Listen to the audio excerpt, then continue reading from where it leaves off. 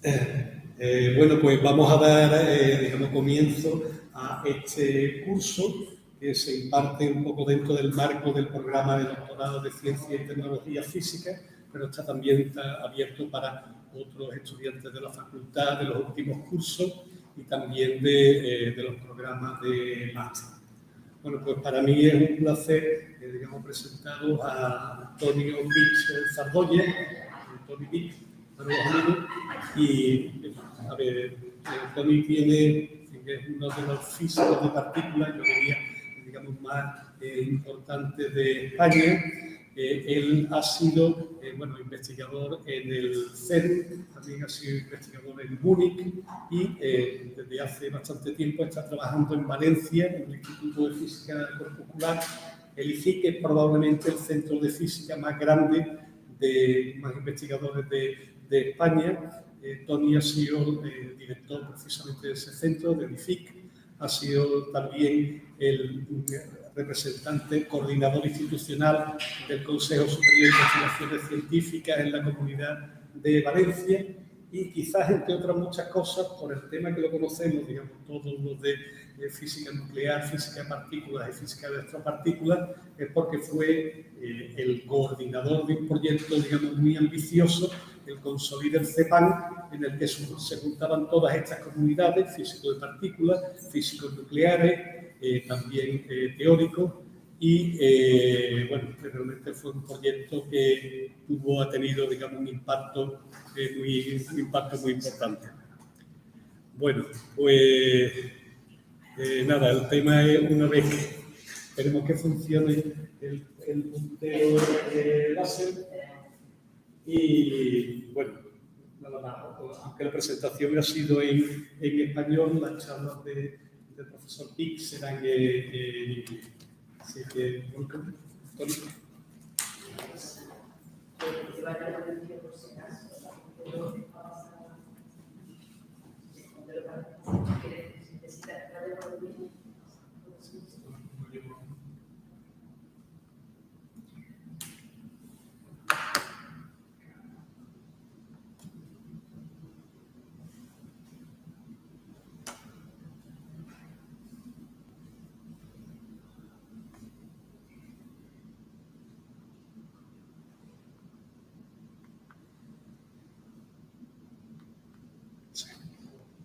Okay, now it works. Okay, thanks for the invitation. I will try to be very basic, since I assume that everybody of you have different backgrounds. So please stop me at any place where you feel that you could get lost. The first hour I will try to be extremely basic, and then I will jump a little bit, and you should tell me how things go. So what I will try to discuss is what is the present status of the standard model of fundamental interactions, especially since you know that 10 years ago the Higgs was discovered, and that was more or less a closing point in the theoretical developments of the standard model. So I will like to emphasize where we are at the moment and what are the pending problems that we have. To start with, let me show something you know very well, and is this famous table. This table shows an updated version of what was supposed to be the table of elementary particles at the end of the 19th century. Okay? You know that very well, but you should also know that when Mayer and Mendel wrote this table, it was a great achievement, but they didn't understand anything. It was a great achievement because they were able to find regularities, families, rows, columns, so that just having the table in the wall of your lab, people were able to do many things, to do pixels if you want. Okay? Because once you see that a given element is here and a given element is there, you know regularities, you know how to mix the elements, and you can predict how they will react. But from the basic point of view, they didn't know why the table was working like that. It was just an empirical thing. But of course, you know that behind this table, lies the atomic model of matter. And this table made possible the development of quantum mechanics. So just the fact that you are able to find the regularities is extremely important. Maybe at the beginning you don't realize why, but once you are able to understand why the regularities work the way they work, then you are able to see that this huge number of elements, okay, nowadays are 115. Okay, clearly they cannot be the elementary, the basic elementary particles of matter. There are far too many. But in the moment you realize that the atom is behind that, you have reduced everything to a single particle, the electron, and a single interaction, the electromagnetic interaction. Okay, and that's the great achievement. So, what people did after that, you also know very well, because you have studied nuclear physics. First, people were able to show that electrons are going around some nuclei, and within the nuclear there are protons and neutrons, and of course, since protons repel each other through the electromagnetic interaction, you need some other interaction which is much, much stronger, that is the nuclear force. But you also know that nucleons are not elementary particles. They are composed of quarks. So a proton is a compound system of 2 up quarks and 1 down quark. A neutron contains 2 down quarks and 1 up. Just adding electric charges, you know that the quarks have fractional charges. 2/3 in the case of the up quark, minus 1/3 in the case of the down quark. But at this level, you should also realize one thing. When the elementary table of the chemists was done, chemists are working at this level. Okay? What chemistry does is to study how molecules interact among themselves. And of course, the interaction among molecules is an electromagnetic interaction. But it's an electromagnetic interaction between objects which have 0 electric charge, because the atom is neutral. And that means that you know that the electromagnetic interaction is a very long-range force. However, when you do chemistry, electromagnetic interactions are extremely short-range, because they are just multiples of the basic electromagnetic interaction. In the same way, when we learn nuclear physics, the first thing we learn is that the nuclear force is extremely short-range, 1 fermi. But this is because the nuclear force that we are studying at the nuclear level is not the fundamental nuclear force. It's the equivalent of the molecular forces, of the van der Waals forces of the hydrogen bridge. So the true nuclear force, the strong force, is the strong force among the quarks. And this, in the same way as the electromagnetic interaction, is an extremely long-range force. But this force has some other charges, if you want. It's not the electric charge, it's something else. It's called color. And other ones, means proton, neutron, they are neutral particles with respect to this new charge. And since they are neutral particles, the interaction among hadrons is an interaction among objects which have 0 color. And therefore, what you call usually the nuclear force is the multiple of the true strong force. Okay? And that's why it's short range. Okay, what else? When you describe forces at the most fundamental level, you discover that the interaction is a result of the interchange of some other particle. For instance, 2 electrons interact exchanging photons. 2 quarks interact exchanging gluons. We will see what a gluon is. Okay? They are like photons, but instead of 1 photon, there are 8 different gluons.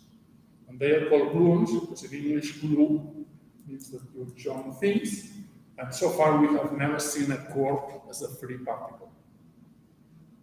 Okay? So the gluons are responsible the quarks get together within the atoms. Okay, in this table you see the intensity of the different forces. So in arbitrary units, the strong force, I have put intensity 1. The electromagnetic interaction is 3 orders of magnitude smaller. Gravitation, you can forget about it. Okay, for the microscopic world, it's completely irrelevant. Okay, of course, it's not irrelevant in the macroscopic world. It will be due to the exchange of some spin-2 particle called graviton that nobody knows about, because we still don't understand gravity at the quantum level. And then the force I would like to discuss more is the weak interaction. It's called weak because it's 2 orders of magnitude weaker than the electromagnetic interaction at lower energies. We will see later that electromagnetic interactions and weak forces come together, and therefore they have similar interactions. The weak interaction is responsible for radioactivity, and the exchange of this weak interaction is done through 2 mediators, the W, that is a charged particle, and the Z. And the fundamental characteristic of these mediators is that they are extremely heavy. Extremely heavy means of the order of 100 GeV. 1 GeV is of the order of the proton mass. Okay, so we are talking about mediators which weigh like 100 protons. Extremely heavy protons.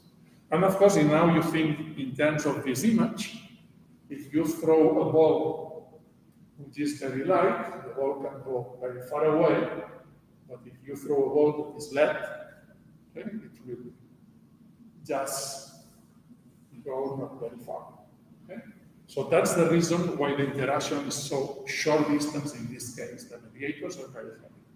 How we learn about the weak interaction? Just realizing that in radioactivity you have beta decay, and the fundamental characteristics of beta decay is transmutation. A nucleon transforms into a different nucleon because one neutron decays into a proton and an electron, or within a nuclear, a proton takes energy from somebody else within the nuclear and transforms into a neutron plus a positive.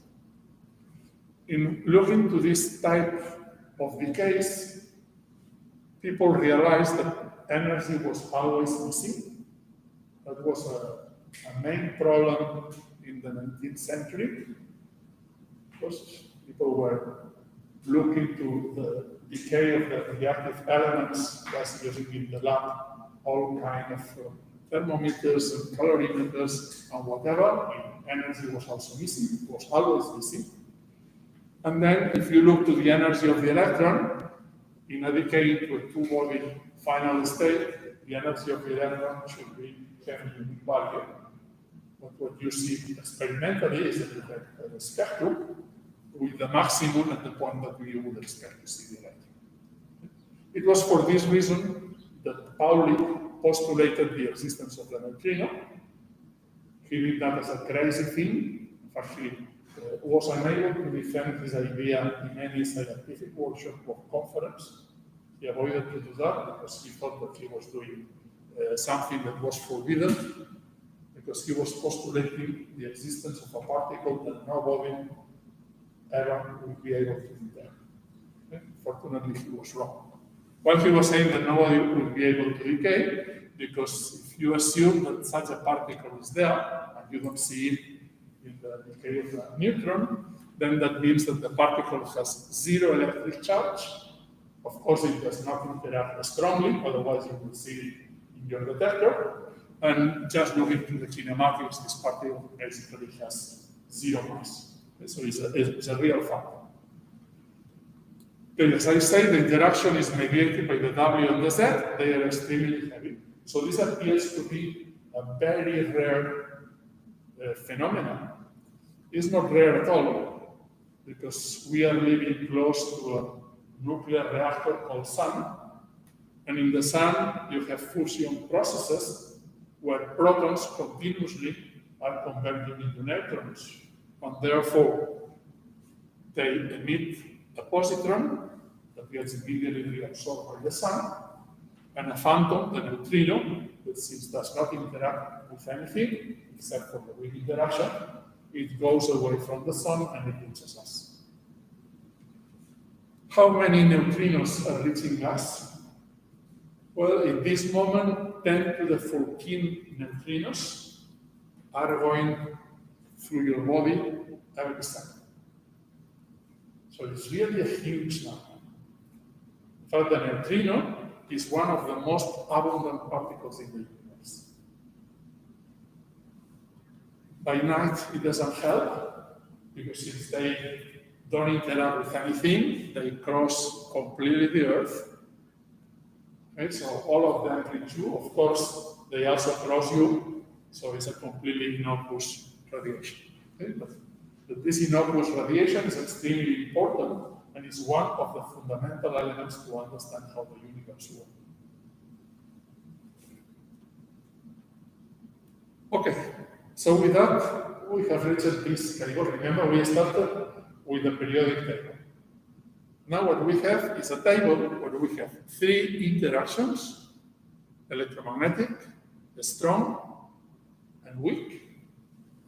Each of these interactions has a mediator: photon for the electromagnetic, gluons for the strong interaction, Z and W for the weak interaction. And then we have the fundamental particles that constitute the metal. They are the up core and the down core that make the proton and the neutron, the electron that makes all the atomic structure, and now we have the neutrino.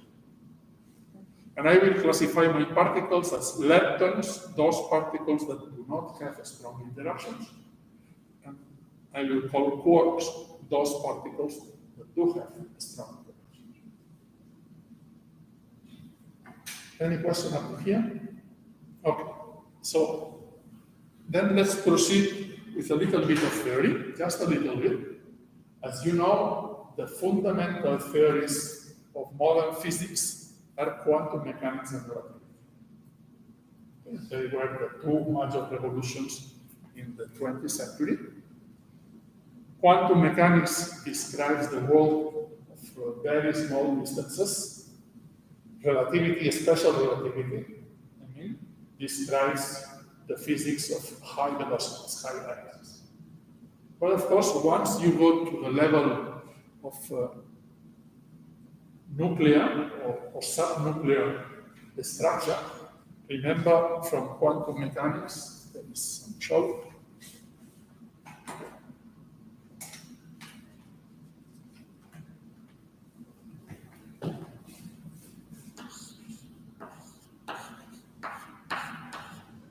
The relation between the quantum wavelength and momentum.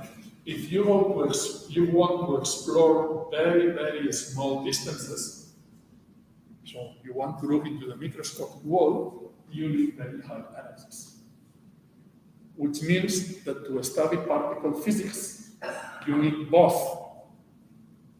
the small distances, that means quantum mechanics, and high energies, high velocities, that means relativity.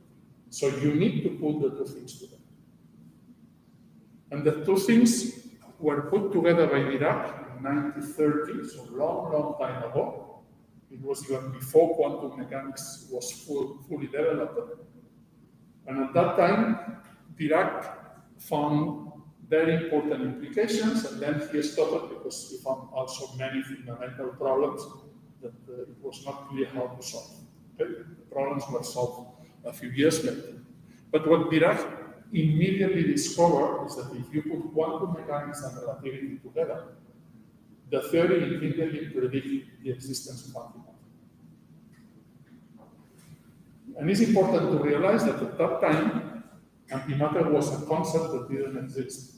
It's not that nowadays that antimatter is a question of science fiction, that there are many models and things discussing about that. I mean, the concept of antimatter was just not there. What Dirac discovered is that for every fundamental particle, there should exist another particle which has exactly the same properties, but with the reverse charges. Okay? So if the electron exists, there should exist a positron. If the neutrino exists, there should exist the antineutrino. If the down and up quark exists, there should exist the antiquarks with the opposite charges. Just 2 years after the prediction of Dirac of the existence of antimatter, the positron was discovered in the cosmos. Okay? It's not clear whether the people who discovered the positron knew about Dirac ideas or not. Probably the two developments were independent. Okay, but just in 2 years, antimatter was discovered, and then as more and more experiments were being done, then we learn about the antineutron, the antiproton, and many others. If you look to the previous table, the photon has 0 charge, so it's its own antiparticle. Gluons, some of them are antiparticles of some of the others, but they have 0 electric charge, but they have color charges. The Z0 is equal to its antiparticle. The W plus, it appears as W plus and W minus. One is the antiparticle of the other. Okay, having antiparticles, you also know this famous relation. The rest frame, energy and mass is the same, which means that you can convert energy into mass and mass into atoms. This is the basis of many particle physics experiments. So you have positrons, you have electrons, so you can make a beam of electrons collide with a beam of positrons, destroy them completely, and then all the energy gets transferred into whatever you produce. And in this way, in the laboratory, people have been studying what else exists there. And all the discoveries that have been done for about 40, 50 years in the labs that's doing experiments of this type can be summarized in a table. Okay? And this table starts to look very, very similar to the periodic table of chemistry. So the table tells us that there are the forces, we knew that. There are the 4 constituents of matter, but each one of these 4 constituents of matter appears replicated 3 times. For instance, the electron has a brother called muon that you know very well, that it weighs around 200 times more than the electron. It's probably the most dangerous radiation we are having here at the moment. It just comes from cosmic rays. It's a very penetrant radiation. But it's radiation because this muon is an unstable particle, it decays, and at the end it gets transformed into the electron. That's why we don't consider it as one of the constituents of ordinary matter. Ordinary matter is made of up, down, and electron. But it's a particle that exists. Okay? It's one of the basic constituents of our world. But years later, the tau was discovered, and the tau is an electron. So all the properties are exactly the same than the electron except the mass. And the mass is 1.777 GeV. It's close to twice the proton mass. So it's 3,000 heavier, 3,000 times heavier than the electron. And it's a fundamental problem. In the same way, there are 3 neutrinos. The down quark has relatives which are the strange quarks. Kaons and internuclei are made thanks to this quark. And then there is the bottom quark, also called beauty, which is much, much heavier. And then the up quark has a relative called charm and a relative called Tom. And of course, the Higgs particle, that nowadays we know that it is there. And it is important that you look to these green figures I have put there. I have just copied more or less the reference units of chemistry. So I am writing the masses of the different particles in GeV units. And one GeV, remember, is close to the proton mass, therefore it's very close to the mass of the hydrogen atom. And as you discover, these particles are extremely light, so to very good approximation, you can say that the basic constituents of ordinary matter have zero mass. That mass is never zero. But as we go to the excited families, you see, for instance, this 173. Do you remember in the table of chemistry to what 173 corresponds? For the Higgs is 125. The W and the Z is 91, the W is 80. So let's go back.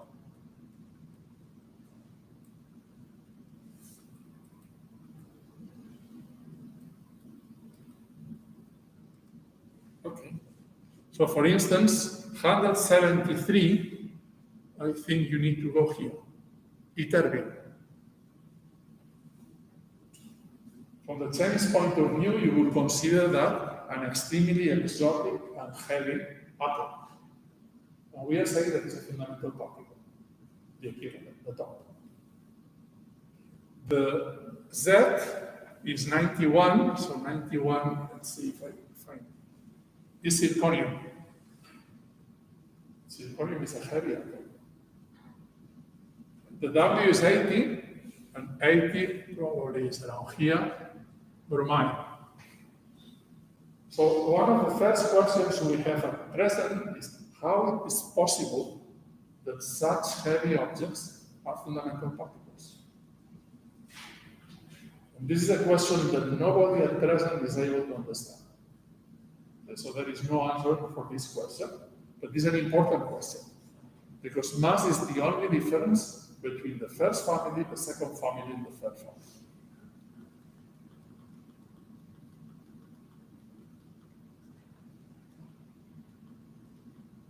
Okay. Here, I'm saying that we have three families, and another question is why 3 and not 27? Or not 2? Okay? So again, it's a question that nobody knows the answer, but what we know at present is that there are 3 and only 3. So a fourth standard model family is totally excluded, and I hope to show you the arguments why it is excluded. We know since 25 years ago from the lab times that neutrinos are extremely light objects. Look, we don't know what the mass is. We know that they have mass, but it's smaller than 0.00. There are 9 zeros. Okay, so they are smaller than the electron program. Why those masses are so different from the other masses, we don't know. But what we know since lab times is that the Z boson only decays into 3 neutrinos. So if a fourth neutrino was there, it should have a mass larger than 1/2 of the Z mass. The Z decays into neutrino and neutrino. You would not call that the normal neutrino. It's something heavier than 45 GeV, but that was an open possibility until the Higgs was discovered. Once the Higgs was discovered, we knew that the fourth standard model family is totally excluded. Because if a fourth family will exist, you could say, okay, maybe it exists, it's simply that it is very, very, very heavy, and therefore we have not been able to produce it to let it exist. Okay? But in such a case, the cross-section for producing Higgs bosons at the LHC will be larger by a factor of 10. Okay, and this is the script. So the table is closed. There are only 3 standard model families. We don't understand why. But remember, atomic physics and quantum mechanics were discovered trying to understand the periodic table. So behind this table that we don't understand, there should be something important. Okay. Let's go on. So now we are putting quantum mechanics and special relativity together. So we have H and we have C. And putting the two theoretical frameworks together in a consistent way means using quantum field theory. Okay? Quantum field theory is not relativistic quantum mechanics. Relativistic quantum mechanics is something that is conceptually inconsistent. But that was the problem of the arc. When you put the ideas of relativity and quantum mechanics together, you start finding all kinds of strange phenomena that does not fit. And the reason why it does not fit is because in quantum mechanics, you say, this is the wave function that describes the electron. And the probability to find the electron somewhere in the space is 1, by definition. Okay, so your particle is always there. But in the moment you put relativity, you have E equal mc squared. So particles can be created and can be destroyed. Therefore, the conceptual interpretation of the wave function doesn't make much sense. You need to do something different. Okay? This something different is something that probably you have already done in quantum mechanics, is second quantization. Okay, that's quantum field theory, basically. Okay, so we have quantum field theory. That is an extremely useful framework. And using quantum field theory, we have been able to develop 3 fundamental theories. The first one is quantum electrodynamics, electromagnetism. It describes electricity, magnetism, and light in a completely unified form. Then we have quantum chromodynamics. It describes the strong force. It's based on color and the 8 gluons. And finally, the electroweak theory that unifies electromagnetism and weak interactions. So I will start from the first one, and I will try to derive the Lagrangians. That means not giving you, this is a magic potential that somebody has given me and now you solve an equation. What I want is to derive it. Okay? And I will derive the interaction for the 3 theories. And what I hope is that you understand that this is a quite simple exercise. Once you understand the logic behind it. Before that, I need a minimum number of formal concepts. So I will be very sloppy in some parts so that we don't really enter into too much technicalities. But if something is not clear to you, then take note. That's the thing that you should look at after the lectures. Well, the first one is non-relativistic quantum mechanics, the Schrödinger equation. The Schrödinger equation, the only physical content it has is that energy for a free particle, energy is momentum squared divided by 2.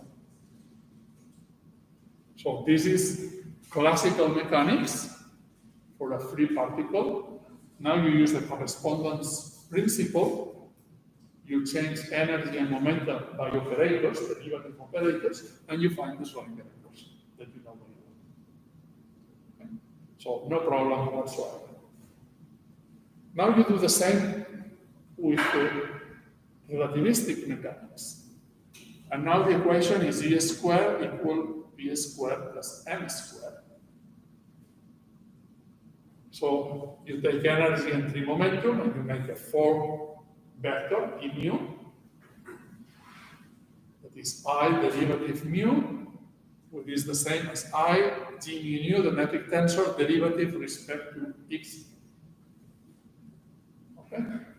And just looking into that, you understand this minus sign of quantum mechanics. Why in quantum mechanics, non-relativistic quantum mechanics, there is this minus sign for the 3 momentum, while the energy has a plus sign. It's just a metric of space-time. So you have been doing non-relativistic quantum mechanics using a relativistic equilibrium. Because of course, the physical world is a relativistic one. If you go to your book of quantum introduction to quantum mechanics and you analyze where did you got this minus sign from, I'm sure you will find a plane wave describing some photon, and of course the photon provides the speed of light. Okay. So you have been using relativity already, quantum mechanics. Okay, whatever it is, now you plug this into this equation, and you get to the relativistic version of the Schrödinger equation that is called Klein-Gordon equation. You can get it in a much simpler form.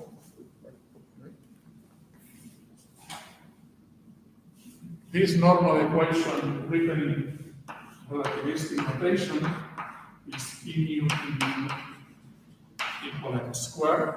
E mu to mu is energy squared times m squared.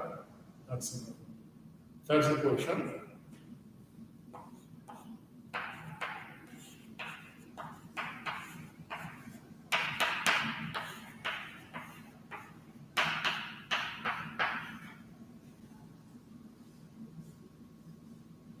Okay, so minus the Lambertian operator is equal to m squared, so that's the equation you have here. That's clear for everybody? Which means, remember, the only content of the Schrödinger equation without a potential, I am always discussing the free particle, is this dispersion relation between energy and moment.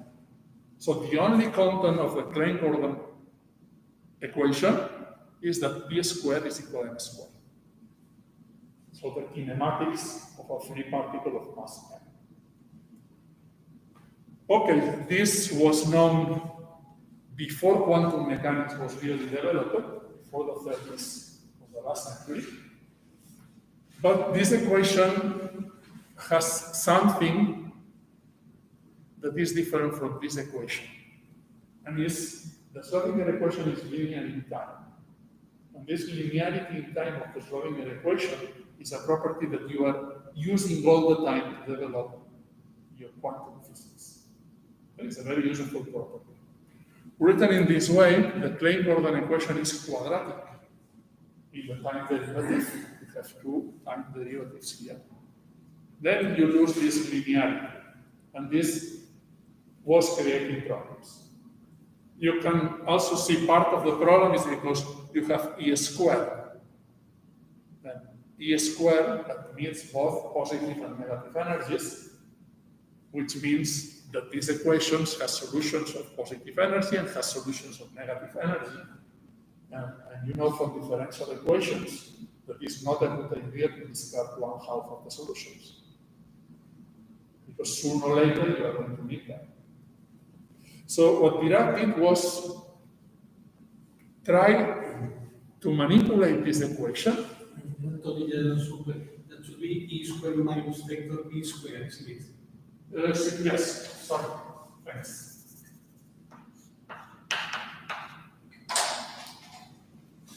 Okay, so what Dirac did was, he asked the question, is it possible to find an equivalent of this equation that is linear in time derivatives? Okay, and if you think a little bit, the equation is unique, because you have a free particle.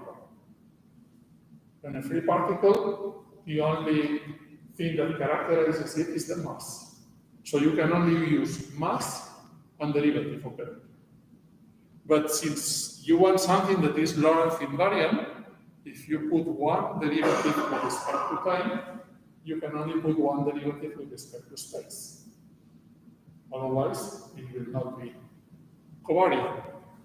Then, using dimensions, and remember I am using all the time h bar equal to c equal to 1 to eliminate all annoying factors from the equations. Okay, so I am using the natural system. So mass and derivative with respect to space or with respect to time have exactly the same dimensions. So if I put one derivative, I can only put 1 power of mass. Here I have 2. I put this factor of I just to have an Hermitian operator, I derivative. And then I have some coefficients. I call them gamma mu. Okay. There are 4 coefficients, and I need that these four coefficients transform in a similar way as a 4 vector, so that the equation is relatively bounded. Then, since the equation is equal to 0, I can multiply it by any factor, which means I can fix the normalization of these coefficients, but by fixing this coefficient equal to -1. That's the standard normalization. Okay? So the equation is unique. Now the question is what these coefficients mean. Okay, what they are. So what Dirac did in a different notation was to manipulate this equation in such a way that you recover this other equation. Because you are describing a particle of mass m, and a particle of mass m should satisfy this equation. So that's very easy. You just multiply in the left by the same operator with the opposite sign. Putting the opposite sign means that the cross terms with only one derivative will cancel completely. So you will just get m squared, with this minus sign will be this plus m squared, plus a term with two derivatives. And the term with two derivatives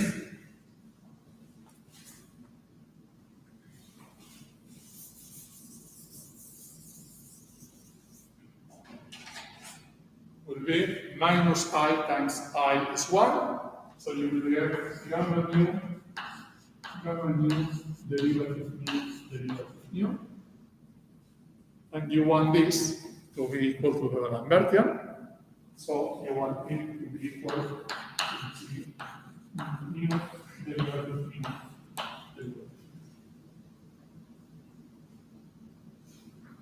Okay?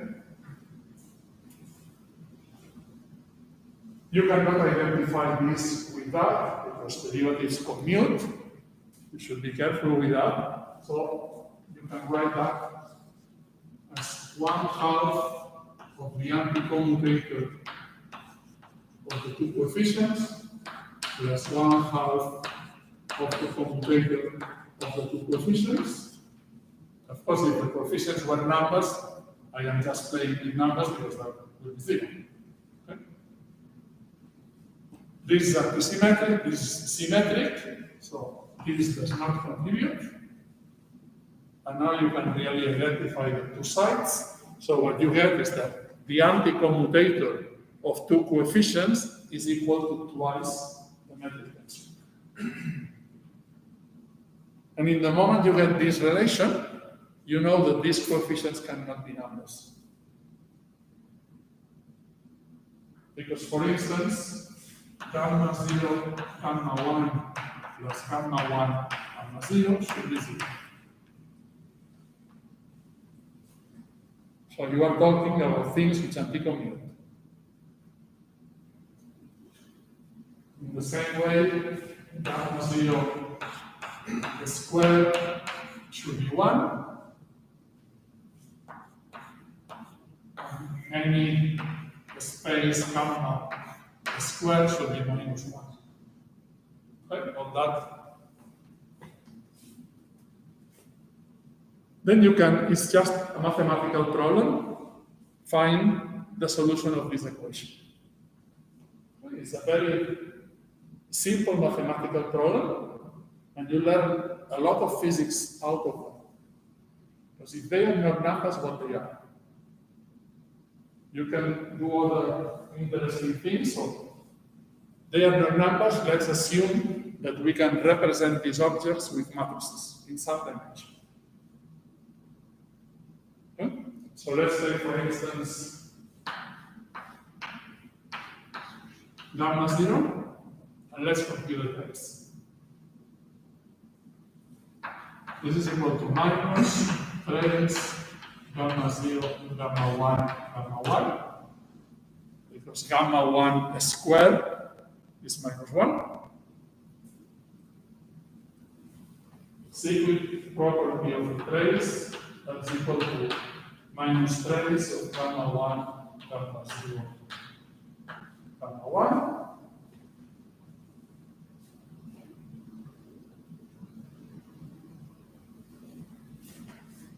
Now we use this equation. Gamma 1, gamma 0 is equal to minus gamma 0, gamma 1. Therefore, this is equal to plus gamma 0, gamma 1, gamma 1. So this number is equal to minus itself. So this will be 0.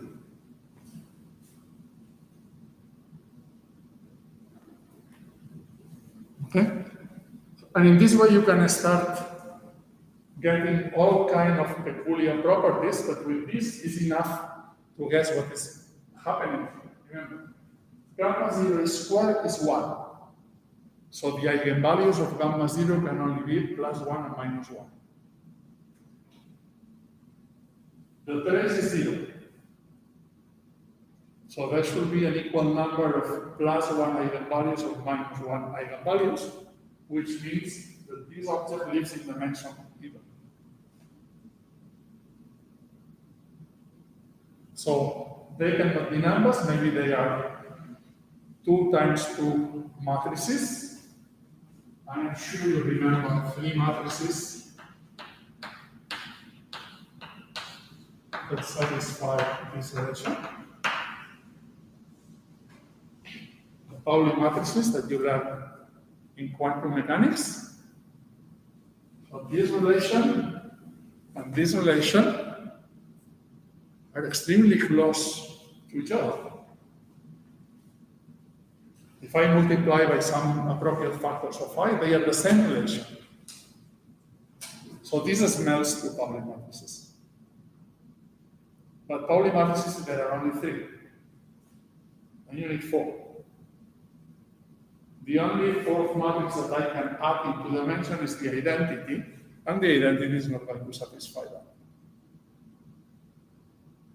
Which means that I need to go to 4 dimensions in order to find a solution of this problem. Okay? So I will not go into the details, but the important thing is those coefficients that I didn't know what they are. In fact, they are 4-dimensional matrices. They contain, of course, the Pauli matrices, which means that they know about the spin. So the spin that you introduce by hand in quantum mechanics appears here in a natural way, just from the Dirac equation. In fact, I have put here the solution of this equation in some particular basis. You can, of course, change bases. And as you can see, you have your Pauli matrices there that you are familiar with. But then, what you call a wave function in quantum mechanics, here is a 4-dimensional object. Okay, you can ask what this 4-dimensional object describes. For that, you really need to work out how the object transforms under rotations, boosts, and things like that. And what you find out is that this wave function describes 2 objects of spin 1/2. One of the 2 objects is a particle, and the other object is the antiparticle. So it is describing particle and antiparticle at the same time. Okay, I will not go into spin physics. I only need to introduce another thing, is once I have my 4 matrices, I can build the product of all of them. It's called gamma 5, and it has this form. And this gamma 5 is very important for physics. First, because it's a pseudo-scalar. That means it's invariant the Lorentz transformation, but reverse sign and the parity. Second, gamma 5 squared is the identity. You can just multiply matrices and check it. It's self-adjoint, and that means that 1 plus or minus gamma 5 divided by 2 are projectors in the quantum mechanical sense. So each one of them is equal to, it's a square, and the product of left and right is 0. So they are projecting on something. and the sum of the two is 1, which means that you take this object, it's equal to the sum of right plus left, the same object, and in this way you project the object into two different components. These two different components are the eigenstates of this operator. This is called chirality. And the only thing that you need to remember is that for massless particles, or if you want, in the limit of very, very high energy, chirality is the same as helicity. Helicity, remember, is the projection of the spin on the momentum direction. This is not a good quantum number because you can change, you can flip the sign of the helicity of a particle if you change reference frame, but in the limit of zero mass, very high energies, helicity is a completely good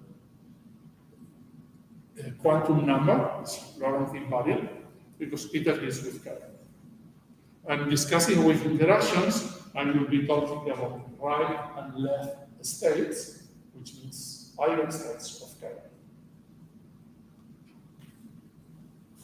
Okay, that's all about the spin I need.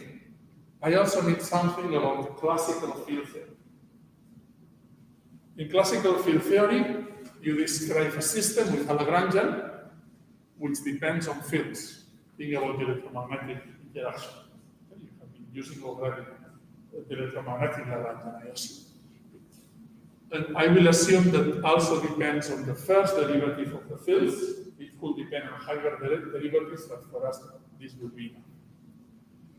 You build the action. It's a relativistic action, which means differential form of x.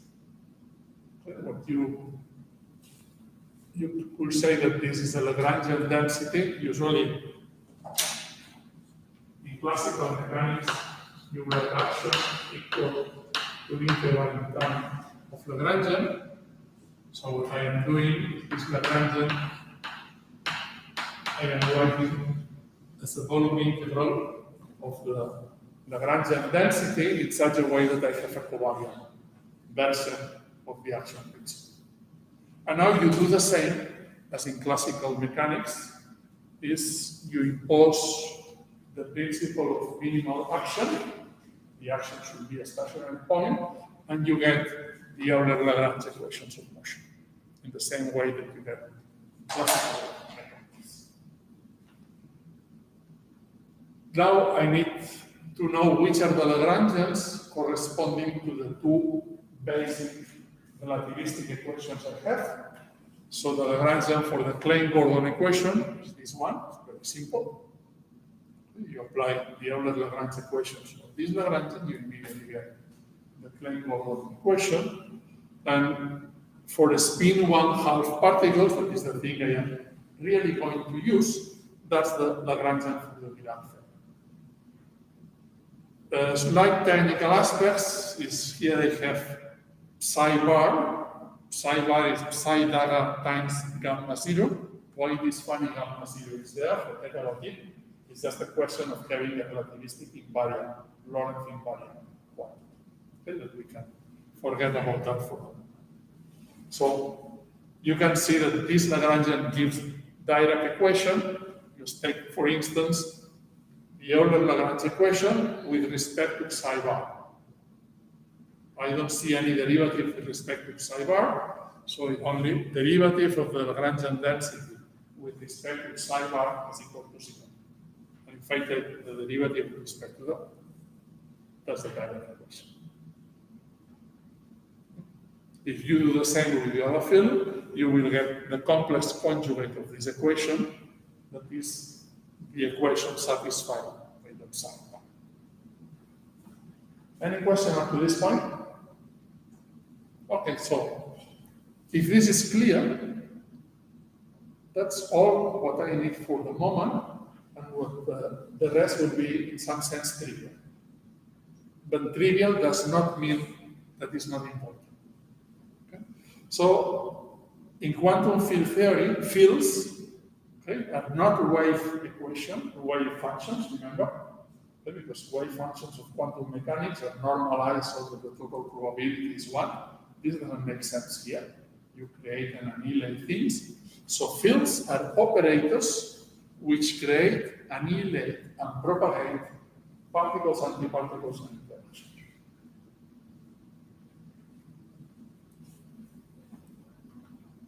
Okay, let's start now with something that is really important.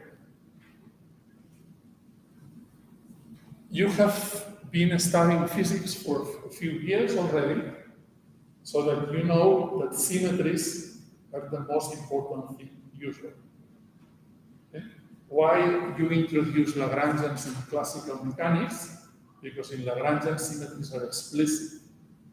And then when you see that a Lagrangian does not depend on a given variable, you know immediately that there is a conserved quantum. In field theory is exactly the same. So symmetries are the most important thing. So I'm going to try to use symmetries to see if I can understand the interactions. So let me start with the direct Lagrangian. So my only assumption is that the electron exists. I am taking the electron as an example. It could be any other spin 1/2 particle. So I am saying that there is a spin 1/2 particle of mass m, which is free, that exists. Since it has a spin 1/2, is described by this Lagrangian. And the only content of this Lagrangian is that the field satisfies the Dirac equation. Now you look into the Lagrangian and you realize that it has a phase symmetry. Since here you have the field, and here you have the complex conjugate of the field, if you transform the field with a phase and the complex conjugate with the opposite phase, nothing changes. Okay? And this agrees with something you learn in quantum mechanics, and is that absolute phases are not observable. Which does not mean that phases are not important. Okay, but a priori, absolute phases are not observable in quantum mechanics. However, I see a problem here with my relativistic prejudices. Because let's assume that since phases are not important, you decide to fix a phase convention for the field here.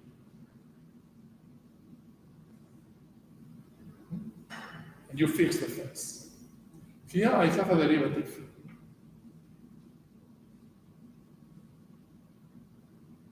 If you fix the phase here, this phase should be the same everywhere in the universe. Because if I allow your phase here and the phase of somebody doing experiments in Peking or in the moon, I allow the two observables to take different phases, I will be saying that the phase depends on the space-time position of the observer. And therefore, this derivative will destroy the phase invariance. Okay. So, since this goes against my relativistic prejudices that tell me that the laws should be independent of the observer, and if a phase is not physical, it should clearly be not physical, should not give any effect. I need to impose the gauge principle. And the gauge principle is, if I really have a symmetry of this type, the symmetry should hold locally. So you should be able to impose a phase convention here, and somebody else should be able to impose a phase convention in the moon, and things should still be consistent. And this Lagrangian does not satisfy. How to make things consistent is known to mathematicians. I'm sure you have learned something of differential geometry. So the mathematicians will tell you, just introduce a connection, and a connection is something that makes consistent conventions taken at two different points. I will do that, but in a very simpler way. So the problem is that if I allow the phase to depend on the space-time coordinate, the derivative of the field transforms in this way. And I have this ugly term that spoils the imbalance. So the solution is take the derivative and change it by a covariant derivative that transforms properly. Okay? And what is a covariant derivative? Something that transforms like the field itself. So I introduce a covariant derivative with the condition that it transforms that way. And the only thing I can do is I need to eliminate this term. I can only add something with a Lorentz index. You can call it x mu, whatever it is. I have put a factor of I because the derivative will always come with an I. So I want this x mu to be real. I can put a constant here. So I am using the same constant I have put there, and I have put a second one just to show that I can add more free constants in there. So I will have the maximum flexibility. We will see later why I put here Q and why I put here M. So you just impose this condition. And if you impose this condition, what you find is that this object, I was calling it x mu, I have used the letter A so that you can recognize something that looks more familiar to you. Is an object which has a Lorentz index, so it's going to be a spin 1, it's a vector field, and should transform, when I change the phase of the fermion field, this object should transform that way in order to enforce that the covariant derivative transforms the field itself. Okay, is that clear?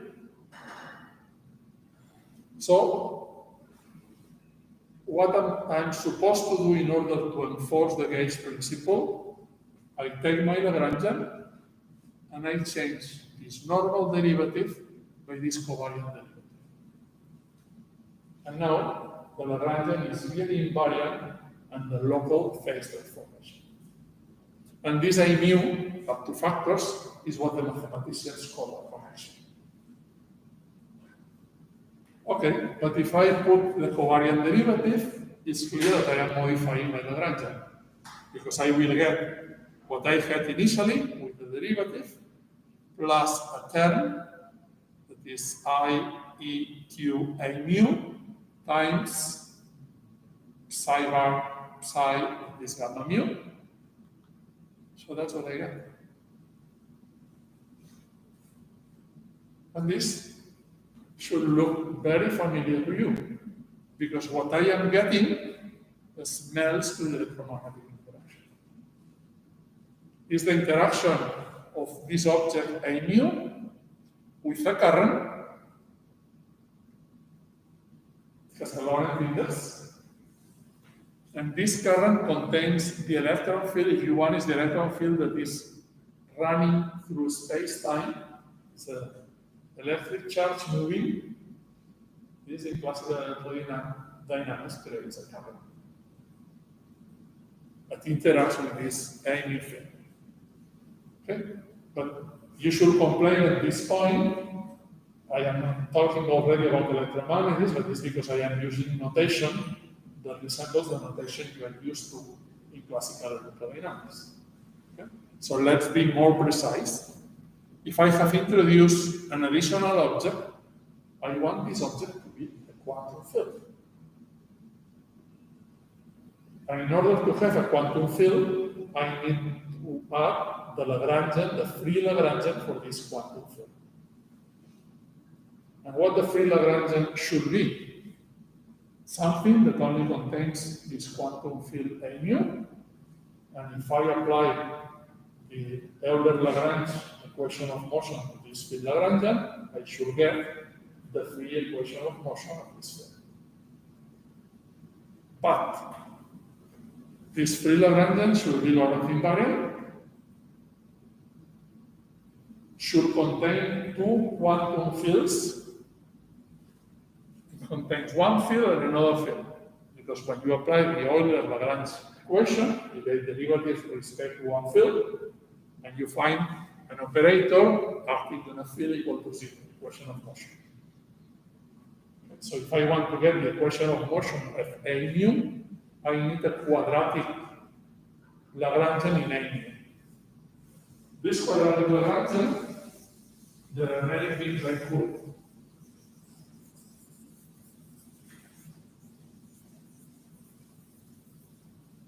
I can write A mu plus B derivative mu derivative mu plus C derivative mu derivative mu. Those are the Lorentz invariant structures I can write. Okay, with arbitrary coefficients.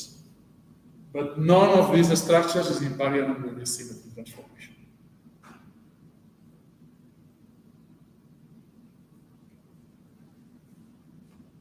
Okay? So, this one, there is nothing I can do.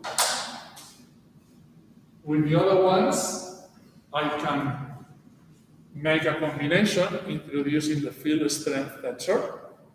The field strength tensor is invariant under this transformation. Therefore, this is my field Lagrangian. With -1/4 is a convenient normalization that you are used to already. And now you recognize what is this Lagrangian is. This plus this is the Lagrangian of classical electromagnetism.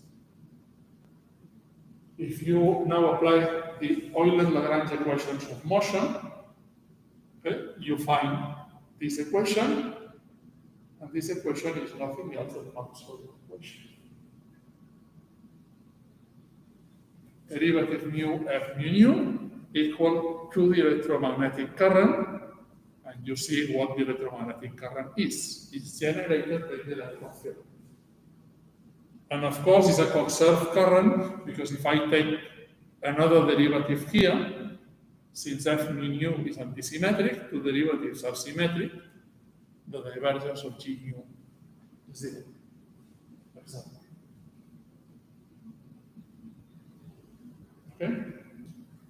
Entonces, José, hay un autobús cuántico con cero de termos in A mu.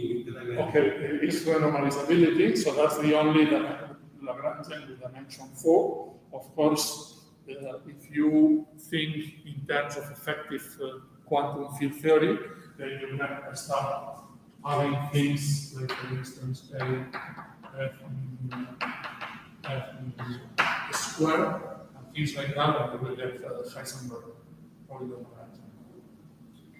But then your theory is not renormalizable in the normal sense. It's not that for but a priori, you should be able to do that. A mass term should be something like that. Remember the Klein-Gordon Lagrangian, a mass term. So the free Lagrangian of Klein-Gordon contains a derivative term, okay, and a mass term that is quadratic in the mass and does not contain derivatives. So a mass term is of this type. It violates cage invariance, so it is absolutely forbidden. Which means that the quantum excitation of this field, that means the photon, is a particle which has exactly 0 mass. The experimental upper bound of the photon mass is 10 to the minus 18 electron volts, so we are very happy. Well, and you should realize that we have got the full content of Jackson's book. I'm sure you know Jackson. It's the Bible of classical electrodynamics. And we have got the full content of this book in 2 slides, starting out from nothing, just a symmetry principle. Which means that the gauge principle is an extremely powerful tool. Of course, we didn't learn electrodynamics that way.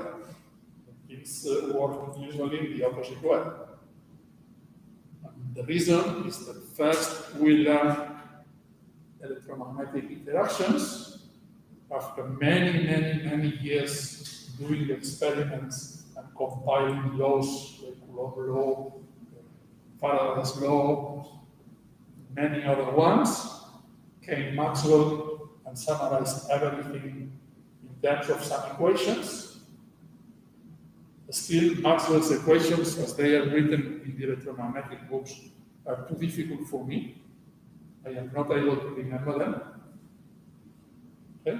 And I am not able to remember them because they are written in the wrong language. Because they are written in a non-relativistic language. And it is crazy to describe light and photons with a non-relativistic language. But of course, we learn about relativity from Maxwell's equations. So first we derive the equations, then somebody realized that the equations were invariant and some fine transformations that were called Lorentz transformations. Okay? And that was the fundamental ingredient why Einstein was able to derive special relativity. But now that we know special relativity, we can do the opposite process. So we start from Lorentz invariance, we find out which is the fundamental symmetry, and using this symmetry and nothing else, so my only input has been a spin 1/2 particle of mass m exists, I have been able to derive the electromagnetic interactions. Now, things to comment about that. First, there is this E and there is this Q. I have put 2 constants because I have allowed my derivation to have the maximum flexibility. Q appears in the transformation of the field, which means I can introduce 20 different spin 1/2 fields with 20 different charges Q. Okay. Why the proton has charge +1 and there is some nuclear that has charge 20? I don't know. Nothing forbids that. I just describe each one of these objects with a charge Q. So Q is a property of the spin 1/2 particle, whatever it is this point. While E is a property of the electromagnetic field itself. So E describes the strength of the electromagnetic interaction, and this strength is modified by a factor Q for each particular field. So Q is a property of the spin 1/2 function. And there is nothing here that tells me that Q should only have given values or fractional values or whatever. Q could be any number. Okay, that's classical electrodynamics. But I am talking about the quantum field theory. So we have derived Jackson's book, but we have derived much more. Because in the moment you tell me that this is the fundamental Lagrangian of electrodynamics, now I can apply the full power of quantum field theory and start to compute quantum corrections to classical electrodynamics. So, gauge theories, we have derived one, we will go through the other ones. The fundamental property of gauge theories is that local symmetries, I mean You impose a symmetry which is local, which is space-time dependent, and the symmetry determines the interaction. Electrodynamics is a very powerful theory because only contains a single parameter, E. In physical applications, the coupling is going to appear as E squared divided by 4 pi, that's the finest structure constant. So that's the fundamental parameter that describes the strength of interaction. So from phase symmetry, we got Maxwell equations, and we have quantum corrections. And I have to just here one very particular example, and it's the anomalous magnetic moment of the electron. That means you take an electron, you put a magnetic field, the spin of the electron immediately couples to the magnetic field, and how strong this coupling is called the magnetic moment. So in units of E divided by twice the electron mass is called the G factor. And just from direct equation, we learn that the G factor of a spin 1/2 particle of every spin 1/2 particle is 2. If it is a fundamental particle that satisfies the direct equation. But this, if you want, is a classical field theory result. It's just the solution of the equation of motion. That means that it depends if you are used to draw diagrams. You have your electron,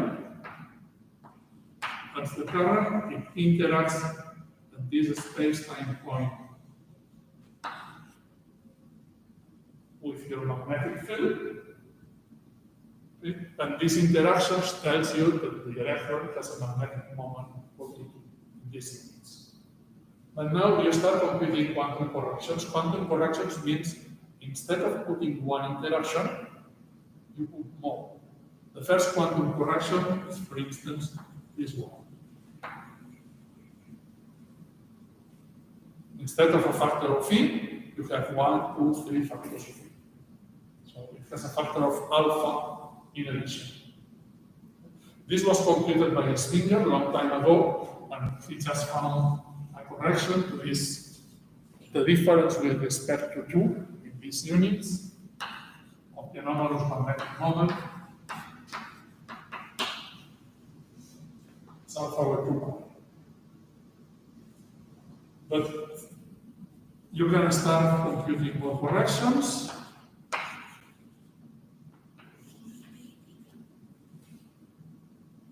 Nowadays, this has been computed to order alpha to the 5th power, which means order e to the 10th power.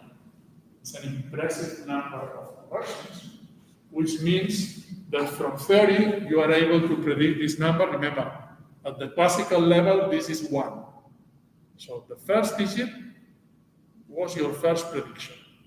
And now you have predicted 1, 2, 3, 4, 5, 6, 7, 8, 9, 10, 11, 12, 13, 14, 15. And the theoretical uncertainty appears in the 14 digit. If you count the 1, appears in the 15 digit. So it's an unbelievable precision. And now you do the experimental value. This is a quite recent experimental value, and you can see the precision. All the measured experimental digits agree with the theoretical prediction. Okay, you find a small disagreement in the last digit, but the uncertainty in the theoretical prediction is fully dominated by what is the value of alpha itself. You need to implement the value of alpha. That's your parameter. And at the moment, the best determinations of alpha that we have disagree.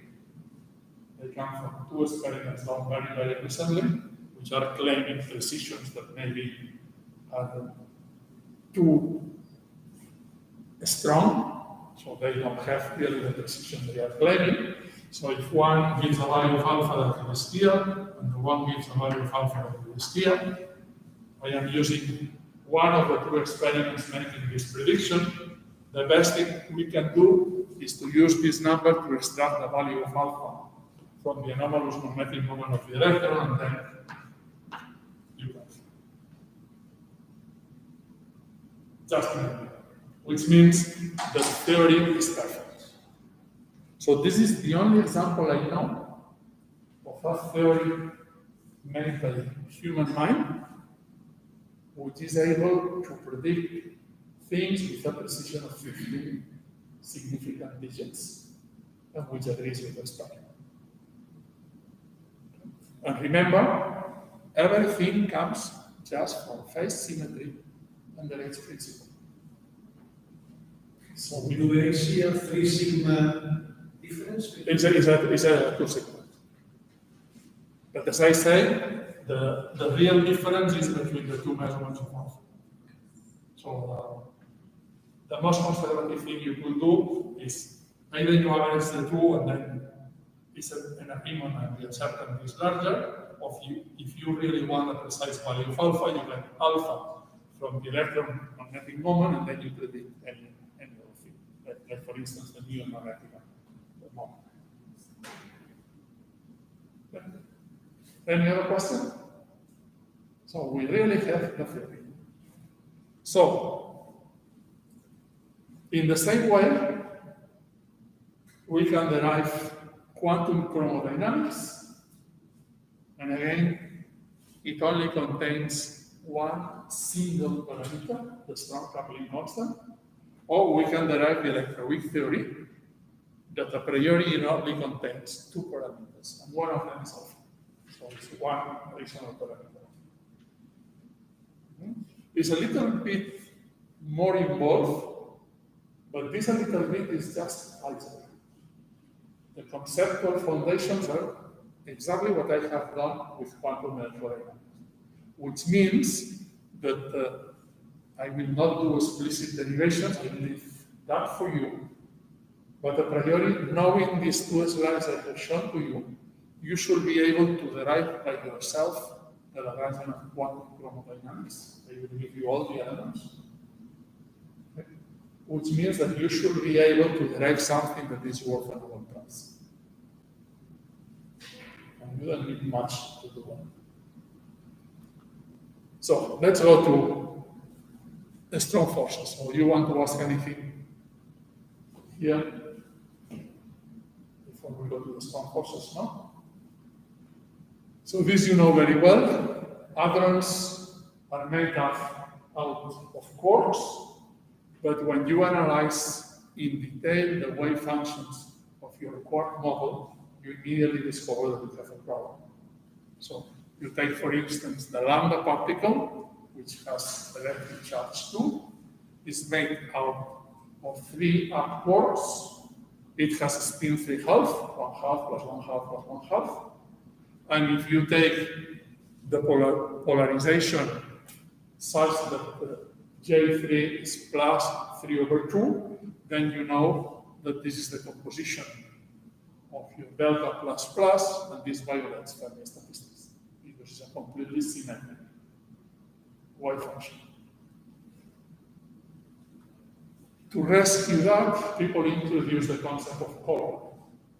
The only way to make this wave function antisymmetric is to say that quarks have another quantum number called color in such a way that in the space of colors you can antisymmetrize the wave function.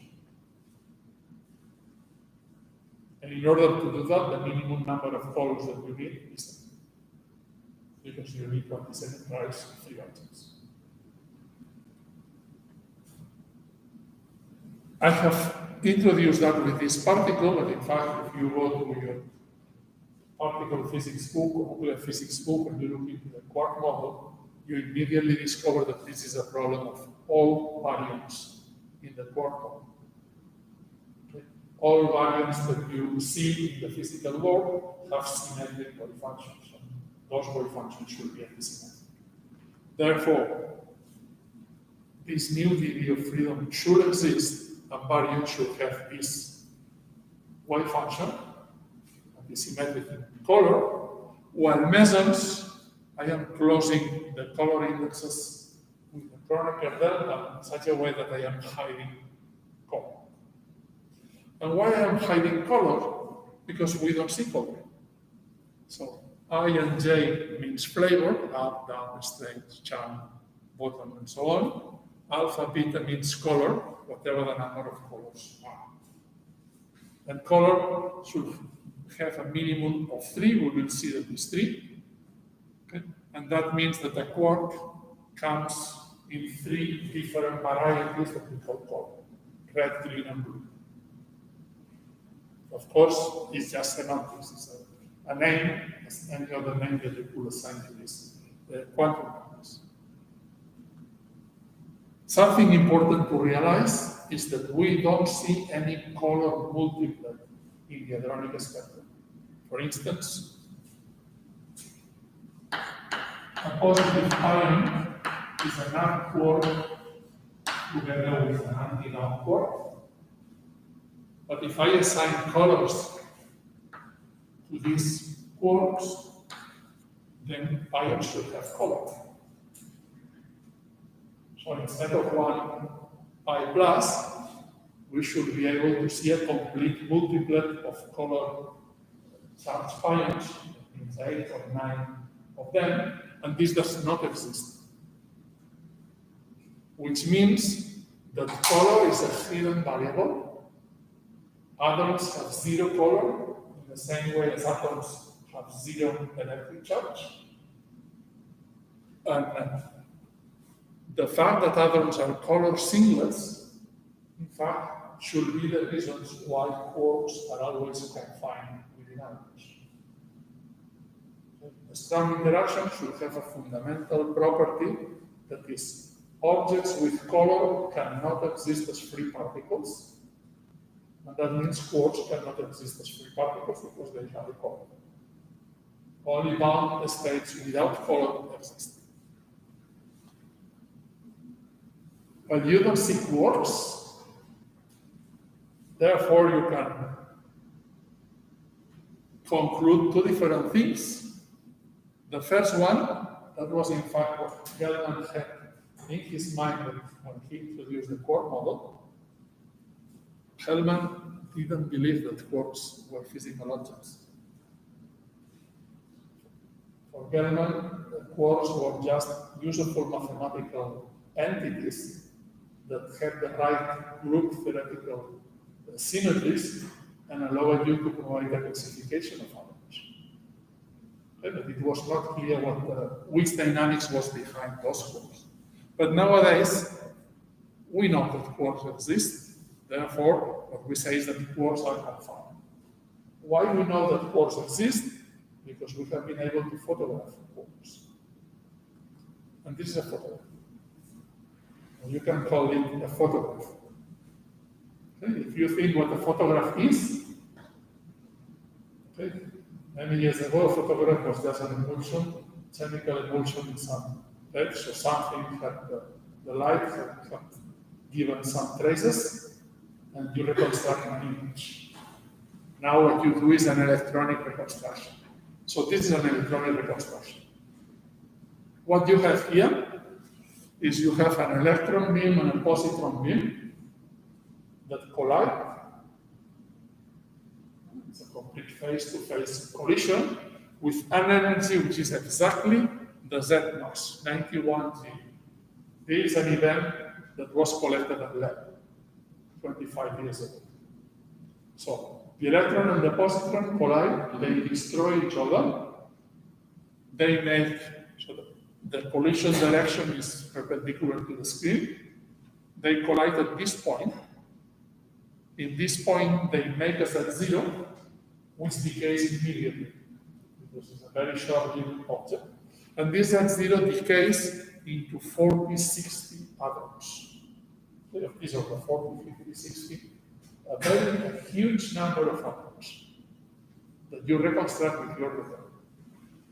What you should expect if you have a heavy object like the Z0 making 60 atoms is that they go isotropically in all possible ways. You got a bomb that explodes. It's a huge explosion. However, you never see 6p hadrons fall isotropically in all possible directions. What you see are two jets. So what you see is the kinematics of a two-body final state. Which means that the Z0 has decayed into a two-body final state. That means a quark and an anti-quark. They, to preserve momentum and energy, they go in opposite directions. But then, since quarks cannot exist as free particles, they immediately atomize. They have a lot of energy, 45 GeV each, and with 45 GeV, you can create many pions, kaons, protons, neutrons, antiprotons, whatever. And those are the jets of particles you see. Okay? You could tell me, okay, you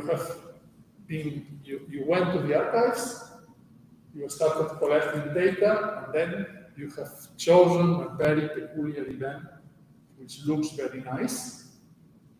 Okay? And since you have millions of events, it's easy to find something like that. The answer is no. 90% of the events are of this type. Okay? We will see later that the other 10% how they will run. Okay? So that's the normal configuration. So you can see that this is a photograph of a quark and an antiquark. Of course, don't ask me which one is the quark and which one is the antiquark, because this I can only answer on some statistical basis, with many events saying the peculiarities, the statistical peculiarities of the events. More about the quarks. Now I generate my quark and my antiquark with a photon. They have electric charge. And I forget about the Z, so now I am at low energies.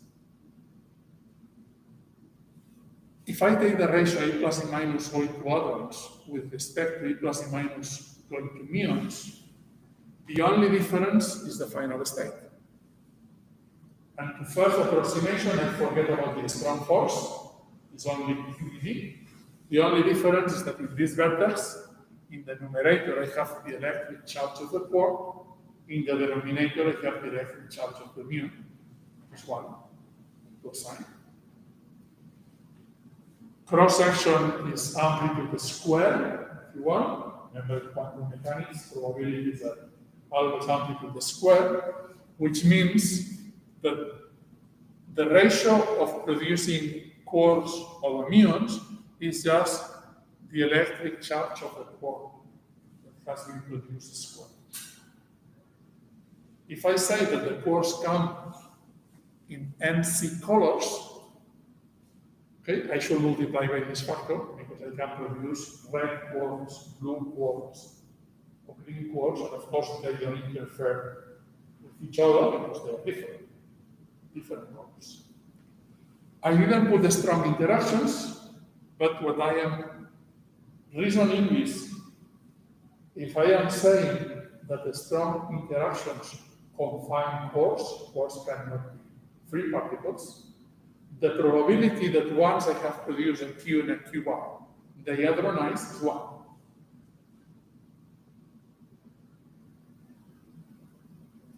Therefore, if I produce all possible quarks, I should get an estimate of the total production of atoms. Up to short distance corrections of the electricity of the strong interactions. I don't know still the strong interactions, I will not put them. So that's the result for this ratio. And now this result depends on how many flavors of quarks I am able to produce. So if I am at very, very low energies means below the charm mass, below the threshold, twice the charm mass. I can only produce light flavors, up, down, and stretch.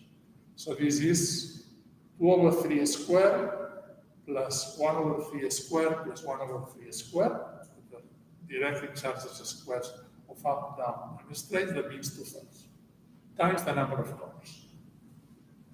If I go above the charm threshold, I need to add another factor 4/9, so I get 10/9. And if I go above the threshold to produce bottom and bottom, I need to add 1/3 squared, 1/9, 11/9. Now, depending on what is the number of colors, you get a result. And the result for number of colors equal to 1, equal to 3, or equal to 4 is very, very, very different. So if you put 3, this is 2, for instance. Let's compare with that. That's all that. That's the ratio R. This is 2. This is the hadronic production unit. On average, 2 is fine. If you don't put the number of colors, it will be a disaster. And if you put 4 colors, it will be another disaster.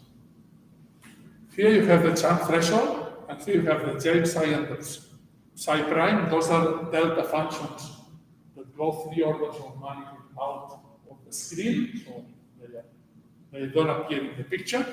But then funny things happen around the threshold that we are not describing in this rough approximation.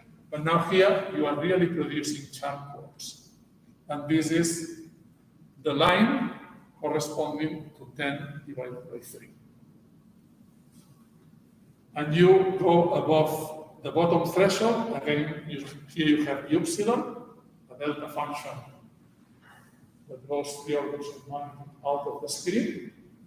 You jump the threshold, and you see the production of particles, and that's the prediction of your naive counting with number of colors equal to 3.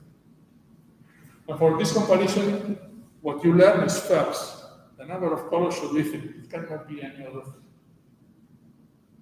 Second, at low energies, the strong interactions that I am not taking into account are extremely important.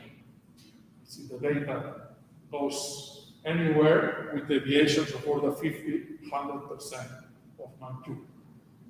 But once I go above the chart, the deviation from my prediction is only around 20%. Once I go above the bottom, the deviation is only around 5-10%. So strong interactions become weaker and weaker when you go to higher energies. And here you see that the data jumps, but this is because we are already at 60 GeV, and you should put in this diagram the Z exchange, because that's what contributes to the process. Okay, if you go to the PDG, nowadays you don't see things so clearly because precision is so good that what I am here using the scale to separate the lines, now you cannot see really the difference, but you see the delta functions of the quartonic states, both in harmonic and particle. Okay? So that means that we really know that the number of colors is 3, and the color is a quantum. So what I will do now is just to propose an exercise so that I give you the ingredients and you derive the Lagrangian quantum probabilities. Okay? And it's very simple. For QED, my assumption was the electron exists. So now my assumption is there is a quark that exists. Any quark.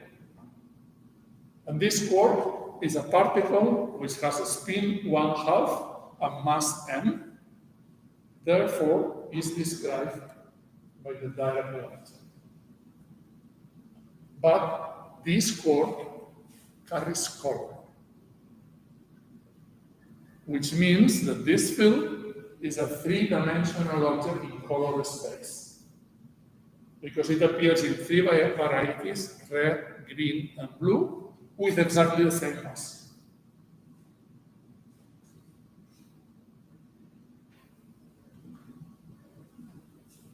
And now I look to this Lagrangian, and it has a generalized phase symmetry, because I can change in color space my field Q with an arbitrary unitary matrix. Q bar will transform as you gather. The matrix is unitary, so U dagger is 1. And since it's the equivalent of phases, I impose that the determinant should be 1. The phase will be the phases can modulus 1, of course. So this is a symmetry of my Lagrangian. To what corresponds this symmetry? If you want, I have colors, and in order to say red, green, and blue, I have fixed some palette, some color palette. But you could take any other color palette. So you could define red prime, green prime, blue prime. So you just need a basis of 3 colors, but you can choose any basis. So this U just transforms from a color basis to a different color basis. This is a symmetry, so you make a phase convention if you want a color convention. You fix your colors. But in the same way as in QED, the phase convention will not be taken at different points differently because there is a derivative. Here, if I fix my colors at a given space-time point, they get fixed in all the universe. So what I need is to change this derivative by a covariant derivative which transforms in the proper way so that the color is a true local symmetry. So this is just an algebraic problem. Difference with phase transformations. Before, I had just a phase. That's equivalent to rotations in 1 dimension. And if you do rotations in 1 dimension, you can do 2 consecutive rotations, alpha and beta, around the same axis. And whether you do first alpha and second beta, or you do first beta and second alpha, is irrelevant. These transformations commute. However, if you do rotations in 3 dimensions, if I take a rotation around the A axis, and afterwards I do rotations B around the other axis, I get a different thing that if I do the rotations in the opposite order. And the difference is another rotation. So rotations in 3 dimensions don't commute. Unitary transformations, those are matrices, don't commute. So we are talking about non-abelian symmetries. And the fact that the group is non-abelian changes completely the physics outcome.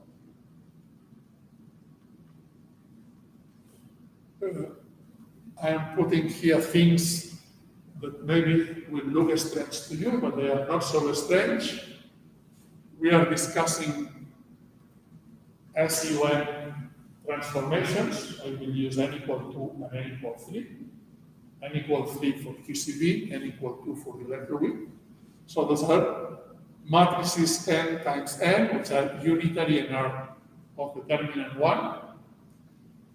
You can always write those matrices in some infinitesimal way. So you do an infinitesimal transformation around the identity. The identity is the trivial transformation.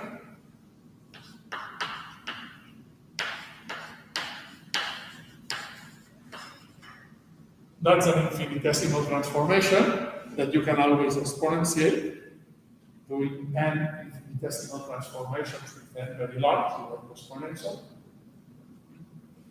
The fact that the matrices are unitary means that these T, they are called generators, are Hermitian matrices.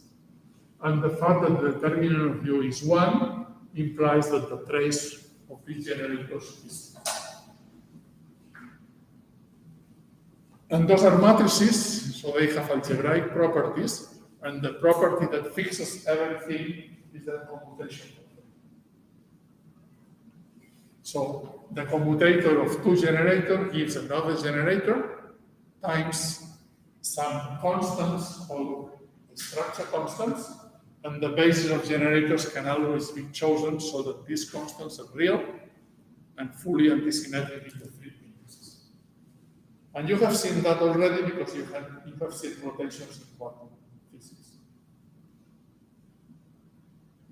Okay, so you have already something like that.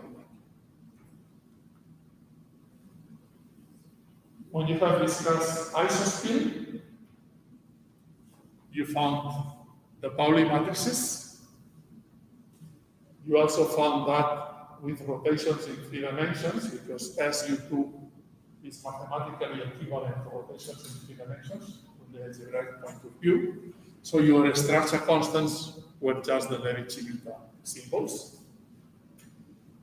For SU3, what you find are the Gell-Mann matrices, and the structure constants are these ugly numbers that you don't need to remember, they are details. Okay, so these numbers are whatever antisymmetric permutation of them, and anything else is zero. Okay? And that fixes completely the algebraic properties of the color. So that's all what you need to be aware. So now the exercise is you have this Lagrangian. This Lagrangian has an SU3 color symmetry that is only a true symmetry provided these parameters don't depend on the space-time coordinate. Now you impose the gauge principle, and the gauge principle is if you choose a color basis here and somebody else chooses a color basis in the moon, the two descriptions should be physically equivalent. So the phase convention is really the convention and nothing else. Which means this Lagrangian does not satisfy the gauge principle. You should change this derivative to a covariant derivative. So find this derivative, and if you find this derivative, you will have found the Lagrangian of quantum chromodynamics. This clear the exercise? Okay, so think about it, and tomorrow we will derive it in full detail. I have forgot to mention one thing.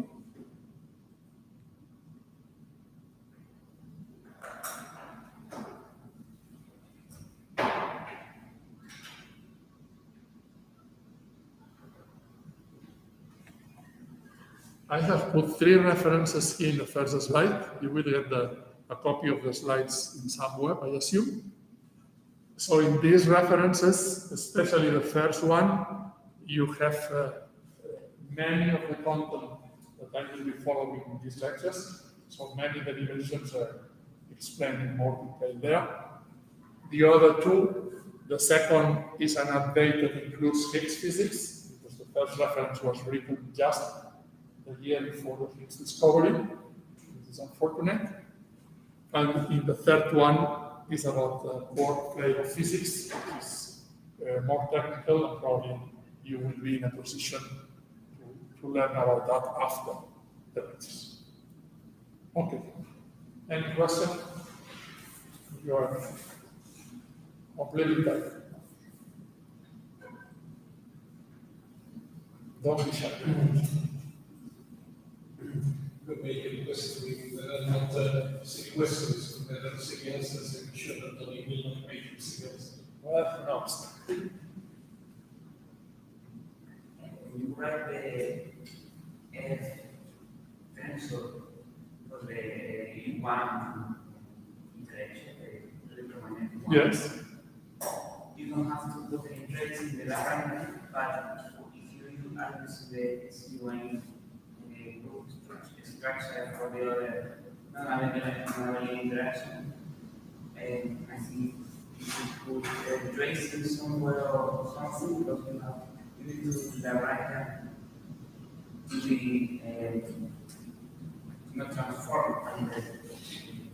Say it again, I didn't get full. So you are talking about Yes, yes. When you build the F tensor, that? Yes, okay. So I build the F tensor because I want it's variant under this transformation.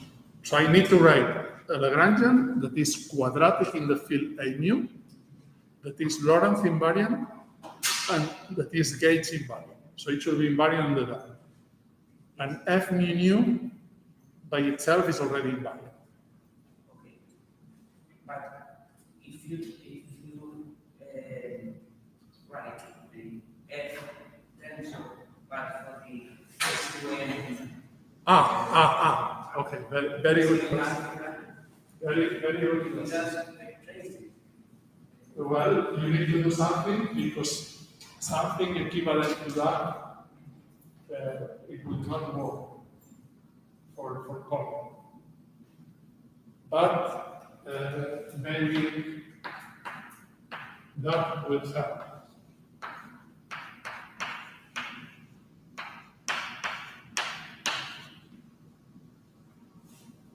If you take this covariant derivative, and you can put the commutator of two covariant derivatives, between the factor or the mean, take the sign, this will reproduce the other.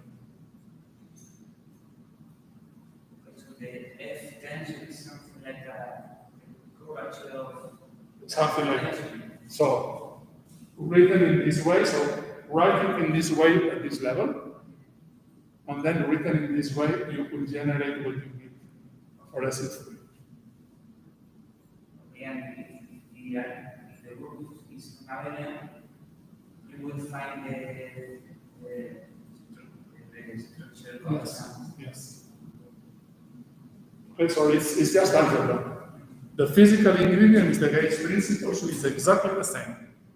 But the algebra is different because things don't combine. Yeah, if I do that, I will be getting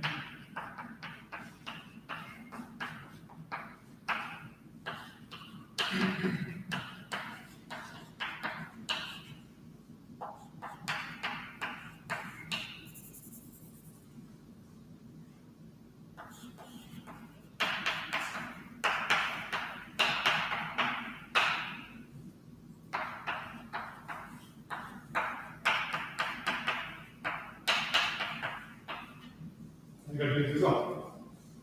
So, since my fields commute trivially, this term is not there.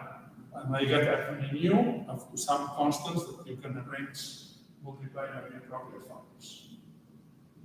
Okay. But now, if you work for a non-abelian group of transformation, this term is going to be crucial. And it changes many things. Okay. But you just need to do trivial algebra in order to learn. When you put that the variant terms like F mu times F mu down, you can have a term the theta tensor, the theta symbol. In the Lagrangian. You know F rho sigma, because for electromagnetism it is a total derivative. Well, in electromagnetism, this is it. So there are no such constants. Yeah. I mean, you can't have F mu F rho sigma contract with the theta symbol. And you don't have a limitation, you can't have. Are you talking about that? Yes. Okay, that's a very good question. But a priori, you can prove that this is a total derivative, and since it is a total derivative, it is irrelevant for the physics. Okay? But once you work with non-abelian gauge symmetries, this total derivative affects the physics. It's again a total derivative. It's again a total derivative, but it's a total derivative of something that is not gauge invariant. It's one of the most subtle things in quantum field theory, because the arguments that in a total derivative in a Lagrangian does not affect the physics is because a total derivative does not modify the action. But it does not modify the action provided the things go to zero at infinity. Okay? So this is what is called a topological term. So there are configurations that give physical effects, but those are very, very subtle, so I will not talk about that. So in QED, this is not there. In QCD, it could be there, and this is related to the electric dipole moment of the neutron, which is a no control.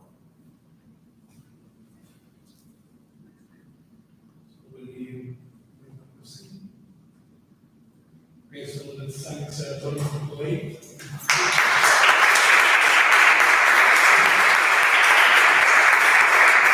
Thank you. Or tomorrow, and if you have any kind of question, just send me an email or drop in my office.